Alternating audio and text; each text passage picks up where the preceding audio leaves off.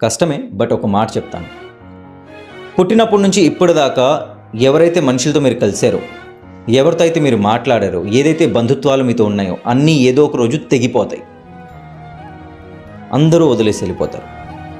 వాళ్ళు మోసం చేసి వెళ్ళరు. వాళ్ళ సమయం మన జీవితంలో పూర్తి అయిపోద్ది కాబట్టి వెళ్ళిపోతారు. మృత్యు అనేది ఒక సత్యం. సో వీళ్ళందరూ మనని వదిలేసి వెళ్ళిపోయిన తర్వాత మనం ఒంటరి వాళ్ళం అయిపోతామా? కాదు. భగవద్గీత చాప్టర్ 9 శ్లోక్ నంబర్ 18లో శ్రీకృష్ణుడు చెప్తున్నారు, ఓ పార్థ, ఈ లోకంలో బతికే ప్రతి ఒక్క జీవికి వాళ్ళ జీవితంలో ఒక లక్ష్యం ఉంటుంది. ఆ లక్ష్యంని నేనే. అది నువ్వైనా ఒక చీమైనా అందరికీ లక్ష్యం నేనే. ఎందుకంటే నువ్వు చూసే చూపు, మాట్లాడే మాట, తినే తిండి, పీల్చుకున్న ఊపిరి, బతుకుతున్న శరీరం అన్నీ నేనిచ్చినవే. నీకు అమ్మ నాన్నని నేనే, అక్క చెల్లిని నేనే, అన్నయ్య తమ్ముడిని కూడా నేనే. నీ జీవితంలో నువ్వు వెతికే దైవం నేనే, నువ్వు వెతికే సక్సెస్ని కూడా నేనే. ఈ శ్లోకంలో కృష్ణుడు మనకి ఏం చెప్పాలనుకుంటున్నారు చూడండి.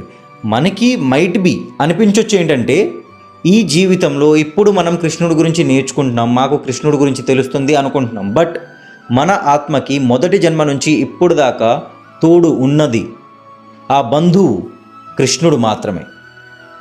మీరు ఏ దేవుణ్ణి నమ్ముకుంటున్నారో ఆ దేవుడే, శివుడే, రాముడే, వాళ్ళే మీ బంధువు. శరీరంది ఏముంది, ఏదో ఒక రోజు నాశనం అయిపోద్ది.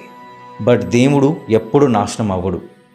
చూడండి, నేను మీకు చాలా సింపుల్గా ఒక మాట చెప్తాను. మీ అందరికీ తెలిసింది కదా, మీ లైఫ్లో ఉన్న మనుషులు ఎక్కువ కాలం మీతో ఉండరని. వాళ్ళందరితో మర్యాదతో మాట్లాడవచ్చు కదా, బూతులు తీయకుండా. వాళ్ళని ప్రేమగా చూసుకోండి. అమ్మ నాన్న అయినా, అక్క చెల్లైనా, ఫ్రెండ్ అయినా అందరితో మంచిగా ప్రవర్తిస్తుంది, అంటే బిహేవ్ చేయండి. మనం వెళ్ళిపోయిన తర్వాత మమ్మల్ని ఎవరైనా గుర్తుంచుకుంటారంటే వీళ్ళు వెళ్ళిపోయిన తర్వాత వీళ్ళని ఎవరైనా గుర్తుంచుకుంటారంటే అది మేమే.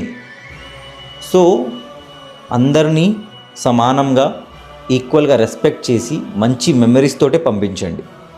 చూడండి, చెప్పాల్సింది చెప్పాను. అర్థమయ్యేదాకా జై శ్రీకృష్ణ, హరే కృష్ణ, రాధే రాధే, జయ జగన్నాథ్. గతిర్భరితా ప్రభు సాక్షి నివాసః శరణం సుహిత్ ప్రభవః ప్రళయః స్థానం నిధానం బీజమవ్యయం.